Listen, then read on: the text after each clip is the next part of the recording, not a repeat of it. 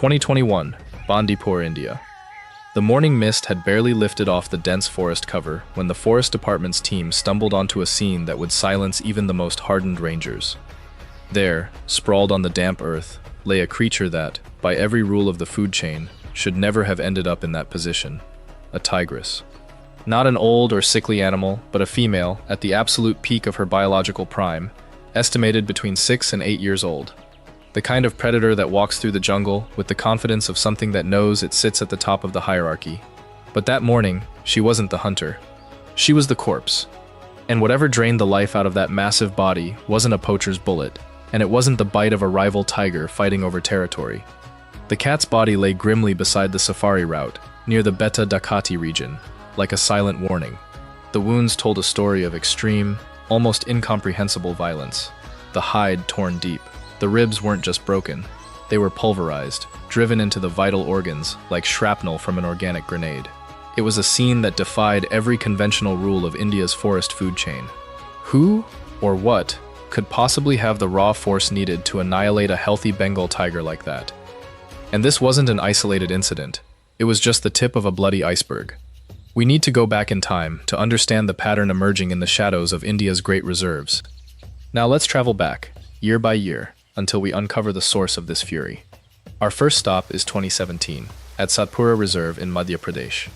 There, rangers came across the same terrifying scene. A young, vigorous male tiger, barely 4 years old, an animal just entering his dominance phase, found dead. The autopsy was a spectacle of horrors for the veterinarians. Massive external trauma combined with catastrophic internal hemorrhaging. The field team stood over that animal, and the question hung heavy in the air, thick as the midday heat. What, in the name of biology, could cause that level of devastation to a predator at the peak of his muscular power? Still in 2017, the mystery deepened with a second case. This time, the victim was still breathing when found, but her sentence had already been passed. She was located dragging herself near a body of water inside Bandipur Park. Her right front leg had an exposed fracture. The animal appeared utterly exhausted. The traumatic shock was too severe, and the tiger succumbed. Let's go back a little further, to 2016 in Maharashtra. Maya, a tigress known as the Great Matriarch, wasn't just another reserve resident. She was a living legend. 17 years old, an extraordinary age for the species. Mother to 11 cubs that reached adulthood, populating the reserve and passing on her superior genetics. She was the undisputed queen of the Nagarhole Tiger Reserve, but her end couldn't have been worse. She was found dying at the edge of a lake. A deep gash ran along the back of her body. The queen writhed, fighting a pain we can barely imagine, until her body finally gave out around 3 in the afternoon. Maya's death sent shockwaves through the conservation community.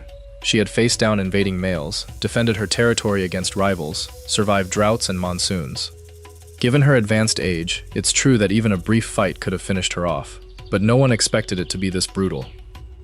The list goes on, relentless. 2013. Karnataka, Nagarhole Reserve.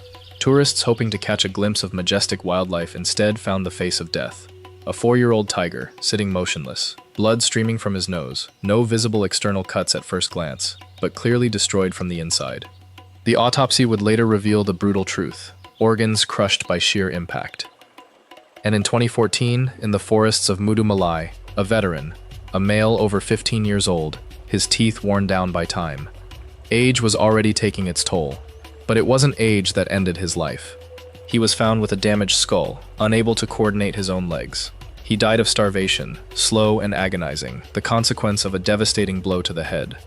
So here we have 7 documented cases, 7 apex predators dead or fatally wounded, different ages, from reckless young males to seasoned veterans, different regions of India, but every single one carries the exact same forensic signature.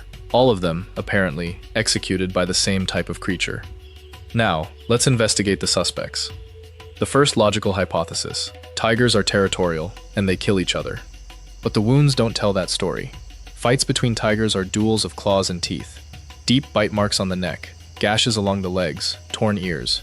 These bodies had caved-in ribs and fractured skulls, suggesting massive blunt impact.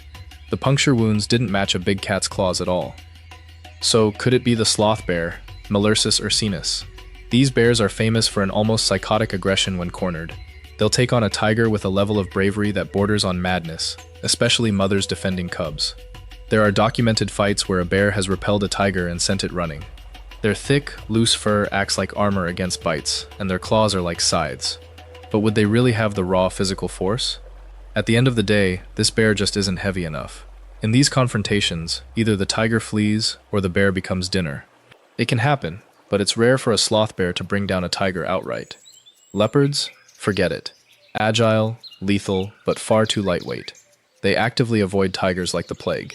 They simply don't have the mass to generate this kind of trauma. So who is this furious ghost? The killer, friends, is a herbivore. And we're not talking about some ordinary grass eater. We're talking about the titan of Asia's forests, the gaur, the Indian bison, the largest wild bovine walking the earth today. Forget everything you think you know about cattle. Picture a mountain of muscle that can reach over 2.1 meters tall at the shoulder alone. The females on their own are already war tanks, weighing more than 680 kilograms. But the males are leviathans that can easily top 900 kilograms, with some exceptional specimens breaking the 1-ton mark. It's bigger than the African buffalo, heavier than any other wild bovid alive today. The males carry a dark brown or near black coat, gleaming with sweat and testosterone, with a prominent muscular hump over the shoulders that anchors necks of almost incalculable strength. And then there are the weapons. Those horns aren't decoration. Curving inward, pale at the base, and darkening toward the tips, they measure over 45 centimeters of solid bone and keratin. The legs, wrapped in what look like white stockings from the knee down, almost trick the eye. It's an imposing sight, sure, but the static appearance doesn't even tell half of the terrifying story. The gaur is a kinetic machine. It's remarkably fast for its size, capable of hitting nearly 50 kilometers per hour in short bursts, and against all physical intuition, agile enough to pivot that massive body through the tight spaces of dense forest. When this animal feels threatened, or worse, when it's cornered, it stops being prey and becomes one of the most destructive forces in nature. Now, tigers are natural predators of gaur. Yes, they are. In many reserves, gaur meat makes up a significant share of a tiger's diet. The emperor of the jungle is ambitious, but that ambition comes with a price tag paid in blood. So what exactly happens when the hunt goes wrong? When the predator underestimates the prey? Yes, the tiger loses. Here's the anatomy of the disaster. Normally, tigers take down large prey with a surgical leap, going for the jugular or biting the nape to snap the spine. Against deer or wild boar, that's routine. But the gaur is an engineering problem. First, the mass disparity. A dominant male tiger weighs between 200 and 270 kilograms. A male gaur is roughly 5 times heavier. Trying to bring one down is like trying to stop a moving truck by grabbing onto the bumper. Second, active defense. Those curved horns work like hooks. When a gaur feels the weight of a tiger on its back or flank, the reaction is a whip-like snap of the head. The force generated by that neck musculature is colossal. If the horn finds flesh, it goes in. A hook to the ribs doesn't just break bone. It drives the fractured bone straight into the lungs and heart. It's over. A blow to a tiger's skull carries the force of a car crash. Third, sheer crushing force. If the gaur manages to shake the tiger off and hurl it against a teak tree or the hard ground, it uses its full body weight to crush the cat. There are horrific accounts of tigers being hooked, thrown through the air, and then trampled repeatedly until they're unrecognizable. And we can't forget the collective intelligence. Gaur aren't dumb cattle. They live in complex social structures, led by an experienced matriarch. When a tiger is detected, the herd responds with military discipline. The adults form a circle, an impenetrable phalanx of horns and muscle, or charge straight at the threat. Let's mentally walk back through the cases that opened this story. The 2021 tigress with the torn open body likely attempted a side attack and was met with a hooking horn that ripped open her flank.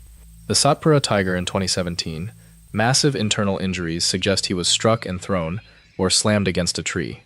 The tiger with the fractured leg, the official assessment is clear. The fracture happened on impact while trying to bring down a gaur that simply didn't go down. Maya, the legendary matriarch. That deep gash across her hindquarters is the classic signature of a gaur's horn, caught while she tried to flee or maneuver away. The pattern is undeniable. The tiger initiates the attack, the gaur responds with extreme violence, and the predator either dies instantly or flees with wounds that condemn it to a slow death. Does that mean tigers can't hunt gaur at all? Not even close. They pull it off, and they do it often. Statistically, the tiger still wins the vast majority of the time. They're the embodiment of predatory evolution. With the right technique, absolute stealth, and infinite patience, a tiger can bring down an adult gaur. But when the chess game is played at the very edge of survival, the rules can break. Understand this. A tiger in the wild depends 100% on its athletic ability. A single injury can cost it its life during a difficult hunt, especially when the prey in question is an Indian gaur. So what's to be done about this? The scientific community's answer is simple: don't interfere, and let the local ecosystem write its own next chapters. Nature has a fascinating and cruel way of balancing its own equations. Yes, we call the tiger the emperor. It's the apex among big cats, the biggest and most ruthless of them all. But even the most perfectly equipped hunter can miscalculate. And when a herbivore, driven by pure adrenaline-fueled panic, weighing over a ton and armed with spears of keratin, decides that today is simply not the day it dies, the outcome can be catastrophic for the aggressor. Isn't it ironic that the gaur is a herbivore? In truth, that's exactly what reveals nature's wisdom. Imagine if a giant like this were a predator instead. There might not even be humans left in India today. So the next time you picture the food chain, don't imagine it as a straight, unchanging line. Picture it instead as a complex web, full of variables and unforeseen dangers.